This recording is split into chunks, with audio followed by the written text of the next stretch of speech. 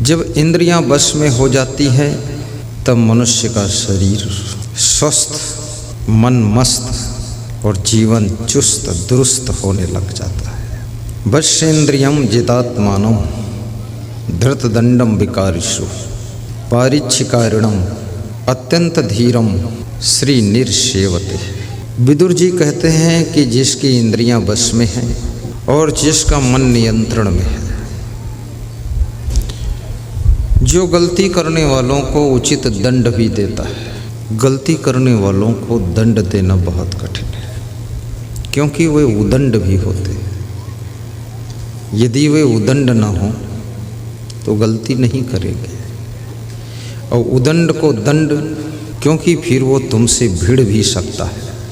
उदंड को कैसे तुम दंड दोगे? जैसे दुर्योधन गलती करता था, लेकिन उसको दंड देना बहुत कठिन था। उसके पिता धृतराष्ट्र भी उसके मोह में पड़ जाते थे, और जिस व्यक्ति को उसकी गलती का दंड न मिले, वह व्यक्ति गलती करने की हिम्मत को बढ़ाता चला जाता है। गलती का दंड ये महाप्रसाद है। गलती का दंड मिल जाए, कई तरह से दंड मिलता है। जब मनुष्य की गलती का दंड मनुष्य नहीं दे पाता है तो ये प्रकृति उसको दंड देती है, ये कुदरत दंड देती है। क्योंकि मनुष्य मनुष्य से हार सकता है, पर ये प्रकृति किसी से हारती नहीं है। ये प्रकृति सभी गलतियों का फल कई गुना लेकर आती है। मेरे बचपन की कथा है। एक सज्जन ने कोई ससुराल के व्यक्ति को मारकर तालाब के किनारे मिट्टी में गाड़ दिया और उसकी जमीन लिखवा ली। 18 साल के बाद उनका लड़का बड़ा हुआ, जवान हुआ, उसी तालाब में नहाने गया, उसी तालाब में डूबकर मर गया। उसकी लाश उसी तालाब में मिली। तब तक मैं संन्यास ले चुका था, साधु बन गया था। तो खबर मिली कि ऐसा हुआ है, तो मुझे याद आया, जिस आदमी को मारा था इसने, ससुराल में वो आदमी रहता था, उसकी जमीन लिखवा ली। उस आदमी के घर के लोग इसकी गलती का दंड नहीं दे सके। तो आज 18 साल के बाद इस प्रकृति ने कितना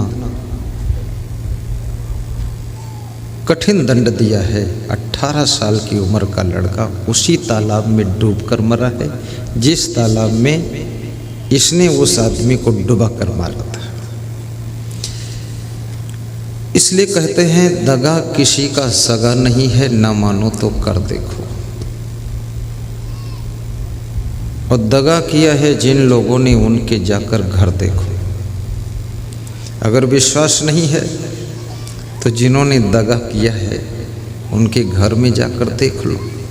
दगेबाज लोग, गद्दार लोग, नमक हराम लोग, उनकी दशा देख लो जाकर। दगा किसी का सगा नहीं है, ना मानो तो कर देखो। और किया दगा है जिन लोगों ने, उनके जाकर घर देखो।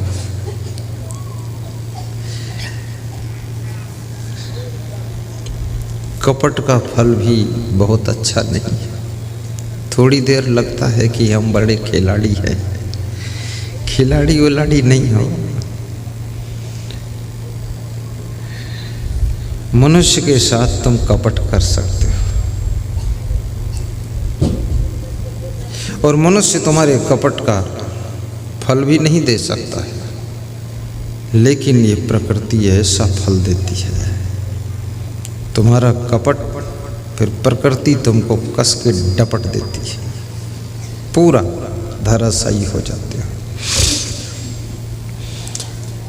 इसलिए कभी ये भी मत सोचना कि जो हम चुपके से कर रहे हैं कोई नहीं जानता है तो हमको फल नहीं मिलेगा। किसी को जानने की जरूरत भी नहीं है। तुम्हारा कर्म ही तुमको फल दे देगा। जैसा कर्म करेगा वैसा फल देगा भगवान। ये है गीता का ज्ञान। अब बड़ी मजे की बात है, कर्म तुम करो फल भगवान दे। भगवान कोई तुम्हारा मजदूर है जो फल देने के लिए मेहनत करता रहे? ये तो कविता बनाने वालों ने कविता बना दिया है, लेकिन ये कविता उतनी ठीक नहीं है कि फल देगा भगवान। भगवान किसी को फल वल देता नहीं, क्योंकि तुम कितने कर्म कर डालते हो। करोड़ों लोग हो, अरबों लोग हो, पूरी दुनिया में अरबों खरबों लोग हैं। सबके कर्म का हिसाब किताब भगवान रखेगा तो भगवान को कितना डिस्टर्ब होगा, कितना बड़ा कार्यालय खोलना पड़ेगा, कितने क्लर्क अकाउंटेंट लगाना पड़ेगा, कितने कंप्यूटर सब सेटिंग रखना पड़ेगा। ये झंझट में भगवान पढ़ता नहीं। ये झंझट में तुम ही पढ़ सकते हो, भगवान नहीं पढ़ेगा। तुम्हारा कर्म ही तुमको फल देता है, और कर्म के रूप में फल नहीं देता है। कर्म भाग्य के रूप में फल देता है, और भाग्य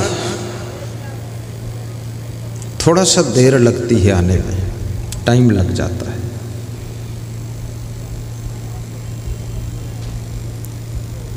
कभी कभी इस जन्म के कर्म का फल अगले जन्म में मिलता है, और कभी कभी आज के कर्म का फल कल मिल जाता है, कभी कभी 1 साल बाद मिलता है। हर कर्म बड़ा विचित्र होता है, और वो विचित्र कर्म अद्भुत फल लेकर आता है। यदि तुमने अपने बाप से गुस्सा किया है तो उसका भी फल बनता जा रहा है। तुम सोचते हो हमने अपने बाप को शान दिखा दिया है, शान नहीं, तुमने अपने भाग्य को बिगाड़ दिया है। जो बहुएं सासू से बहुत नाराज हो जाती है, वे समझती है कि मैं बहुत बुद्धिमान हूँ, ये ओल्ड मॉडल की सासू की क्या जरूरत है। लेकिन नहीं, ओल्ड मॉडल की सासू ही तुम्हारे भाग्य को गोल्ड मॉडल बना देगी। गोल्ड मॉडल, अगर गोल्ड मॉडल बनना है तो ओल्ड मॉडल सासू का सम्मान करना पड़ेगा। जो ओल्ड का सम्मान करता है वो गोल्ड जैसा चमक जाता है।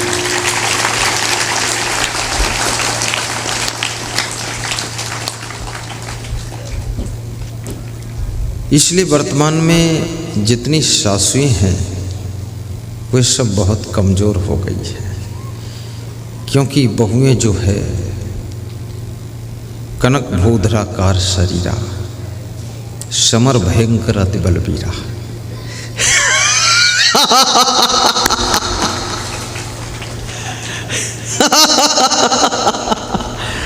लेटेस्ट मॉडल की बहू आ रही है। सासू जब अपनी बहू के बाल देखती है बेहोश हो जाती है कि ये डाइन है कि बहू है, कुहू कुहू है।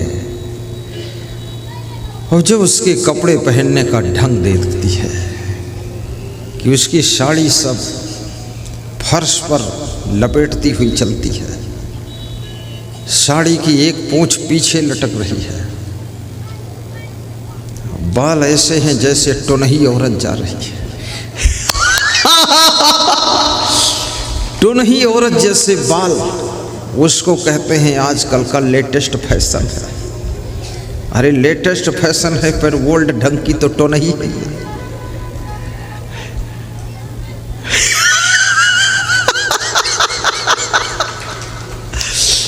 सासू ये देखती है तो उसकी सांस थम जाती है, और बहू के आने के बाद ज़्यादातर बेटे में भी परिवर्तन हो जाता है।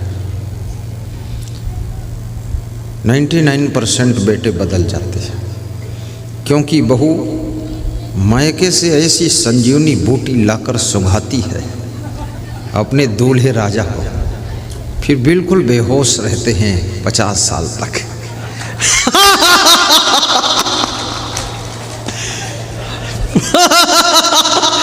महिलाएं बहुत हंस रही क्योंकि ये सूंघा चुकी, और जो सूंघ चुके हैं बूटी वो तो बेहोश ही।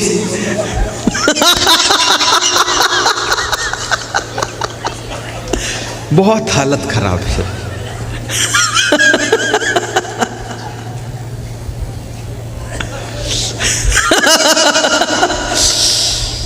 और यदि मायके से बहू का कनेक्शन कम हो जाए, मायके की तरफ अगर वो बहू कम ध्यान दे, अपनी माँ से बात ना करे, बाप से बात ना करे महीना महीना भर, तो संजीवनी का असर भी कम हो जाता है। क्योंकि उस संजीवनी में जान डालने वाली तुम्हारी बहू की जो माँ है, वो संजीवनी में जान डालती रहती, ऐसा पंप मारती है, मायके से पंप मारती है और ससुराल में उथल पुथल होने लग जाता है।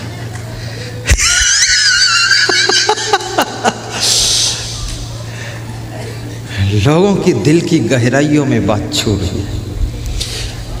हमारे साधुओं में भी यही होता है। साधुओं में जो साधु अपने घर से परिवार से कनेक्शन काट देता है, तो गुरु को भी शांति रहती है, शिष्यों को शांति रहती है। जो शिष्य अपने घर से हर सप्ताह में एक बार बात करता है, हेलो पापा पे, मम्मी में, भाई बहन, मैं तो हूँ, ऐसे करता रहता है गधा। वो गधा वहाँ से ऐसा इंजेक्शन मरवाता है कि गुरुदेव भी बेहोश हो जाते हैं। हाँ।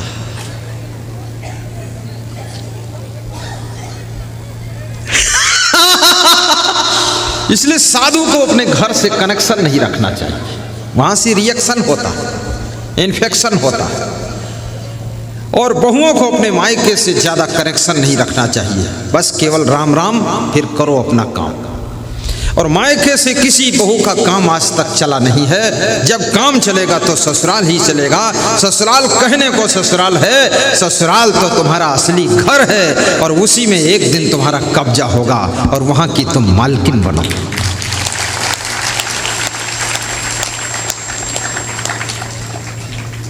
इसलिए ससुराल को बहुत अच्छे ढंग से संभालिए,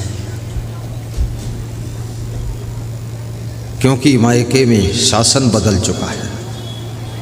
कांग्रेस सरकार हट चुकी है, भारतीय जनता पार्टी आ चुकी है। वहाँ तुम्हारे भाई की पत्नी आ गई है, तुम्हारी भाभी आ गई है, शासन चेंज है। तुम्हारी माँ का शासन वहाँ कमज़ोर होता जा रहा है, और वहाँ तुम्हारी भाभी भड़भूजा लेकर खड़ी है। और भाभी कभी नहीं चाहती है कि मेरी ननद बार बार मायके में एंट्री करे। भाभी बिल्कुल बैन लगाती है, बैरियर लगाती है, टोल टैक्स लगा देती है कि आना मना है।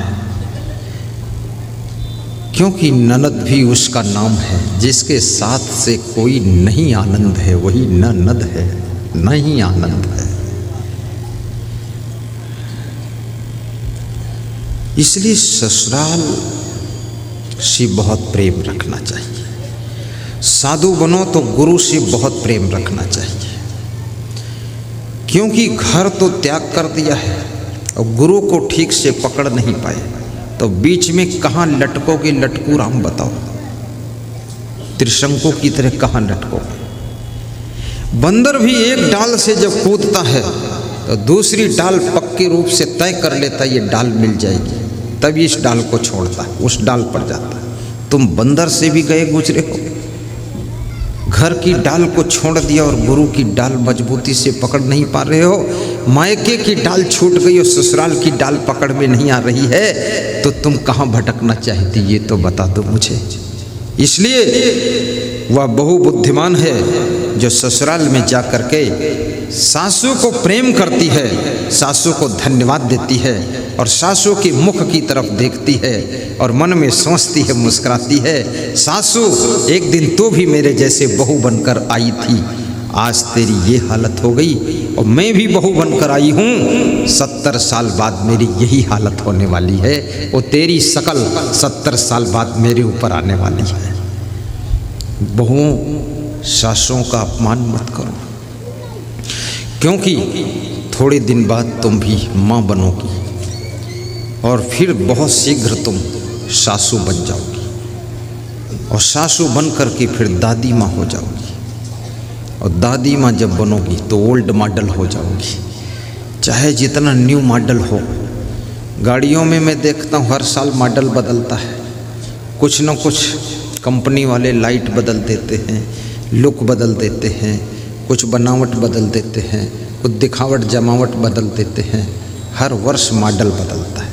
लोग कहते हम नया मॉडल लेंगे, लेकिन कितना नया मॉडल ले लो, 2019 में जो मॉडल तुमने लिया था नया, और 20 में पुराना हो गया, क्योंकि 20 में और नया आ गया है, फिर 21 में और नया आने वाला, 22 में और नया आने वाला है। तो कितनी न्यू मॉडल की बहू हो, एक न एक दिन ओल्ड मॉडल तो हो ही जाएगी जब सासू बनेगी, दादी बनेगी। इसलिए ओल्ड मॉडल वाली सासुओं का अपमान मत कीजिए, क्योंकि एक दिन तुमको भी ओल्ड मॉडल ही मिलने वाला है, इसलिए उनका सम्मान कीजिए।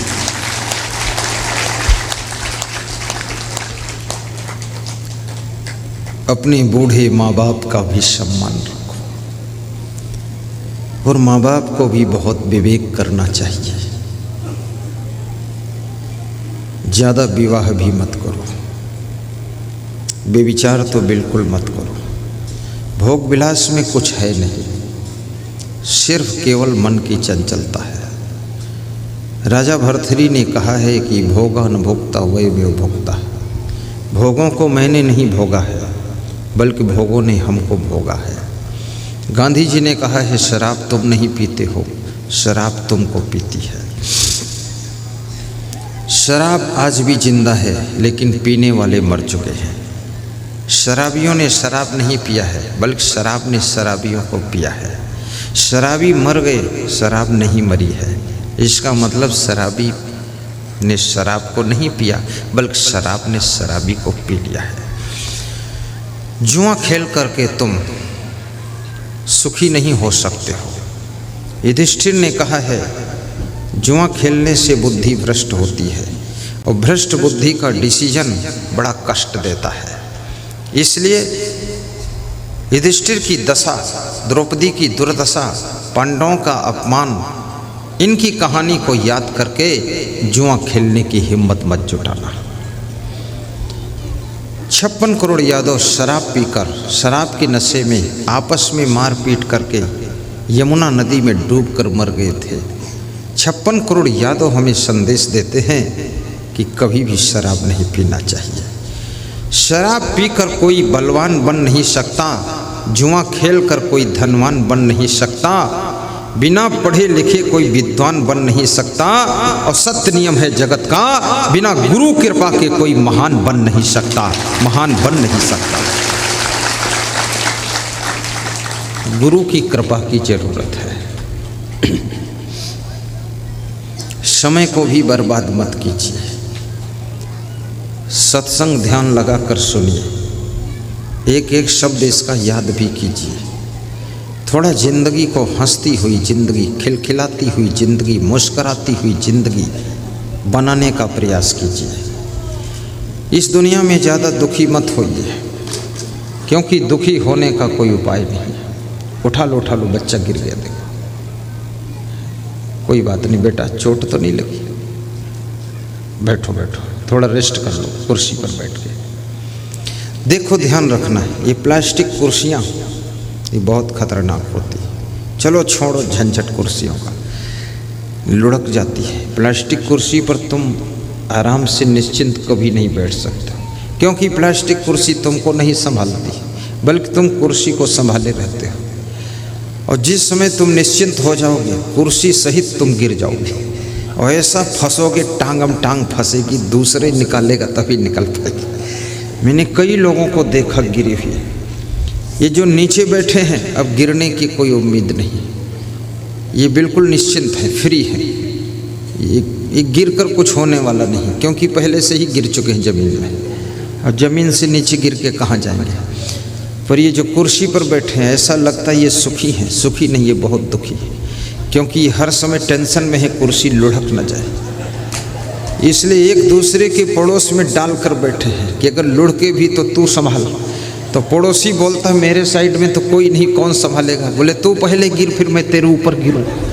हाँ, ये बहुत हाल खराब है कुर्सियों का। बैठ जा हेम प्रकाश, सुनता रहे कहानी।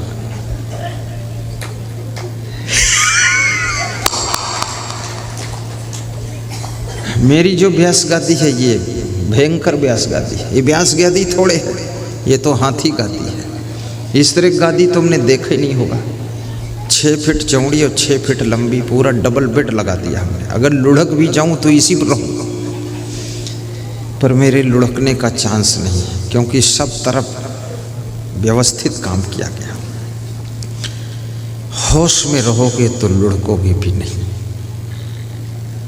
और याद रखना, जो खुद को संभाल सकता है वो किसी भी कुर्सी को संभाल सकता, किसी पद को संभाल सकता, किसी अधिकार को संभाल सकता है, और किसी ताज को संभाल सकता, किसी राज को संभाल सकता, किसी भी कामकाज को संभाल सकता है। और जो खुद को नहीं संभाल सकता है वो इस दुनिया के अंदर कुछ भी नहीं संभाल सकता है।